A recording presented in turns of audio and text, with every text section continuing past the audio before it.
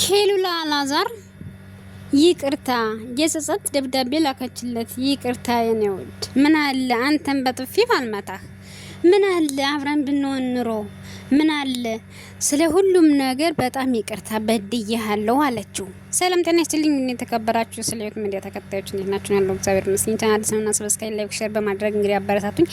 እንግዲህ ሄሉ ማለት ነው በአላዛር ላይ በጣም ብዙ ግፍ ሰርታበት ነበር፣ እንደምታውቁት ማለት ነው። በጣም በቃ ትመተዋለች፣ ትነቀዋለች። በጣም በቃ አፏ በጣም እሳት ሆኖበት ነበር እና ዛሬ ቢኒያም የሚባለው እስከ እህቱ ድረስ እያቃጠላት፣ ጭራሽ ቤት ብትቀይርም እህቱ እየተንኳተተ መጣ አለቃታለች ማለት ነው።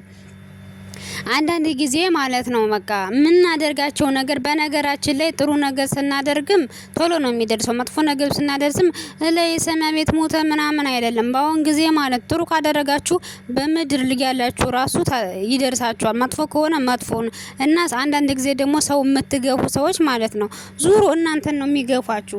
ስለዚህ ሰዎችን አትግፉ ማለት ነው። እኔ የታየኝ ነገር አትግፉ። አሁን አላዛርን ገፍታ ሂዳ ማለት ነው እና ሰውን መግፋት ጥሩ አይደለም ማለት ነው ለማለት ፈልጌ ነው።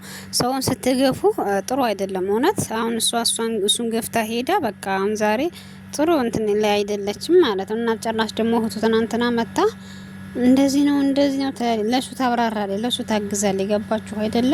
እና ዛሬ አላዛር እናቴ አለሙን አያውቅም። በነገራችን ላይ አላዛር በዚሁ አጋጣሚ ስፖርት ሰራሽ ጥሩ አይደለም። እሷ በጣም ቃጫ፣ አንተ በጣም ወፍራም እንዴ ይገናኝ። ኮመንታተሮች እኮ ናቸው አረ አንተ ስፖርት ስራ እያሉ ማለት ስፖርት ስራ። እሷ ቀጭናትና በደንብ ስፖርት ስራ ደግሞ መጠጥ ምናምን ቀንስ እሺ። በቃ ሴት ልጅ ቦርጭ በጣም ሲበዛ ወንድ ልጅ አትወድም ማለት ነው። እና እሷ ደግሞ ተወፍራለች። ነገሩ ሴት ልጅ ናት። አሁን ነገ ነፍሰ ጡር ስትወልድ ምናምን ያው በቃ እንትን ትላለች፣ ትወፍራለች። እንደሁሙ አይደለም። የሷም ችግር የለውም።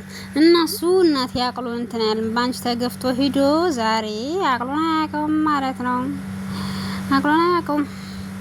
ፍቅር ላይ ነው በጣም ያማረ ፍቅር። ትዳራችሁ ወደ ፍቅራችሁ ወደ ትዳር ይሁን። ደግመን ላለሁኝ ቤተሰቦቼ ማለት ነው።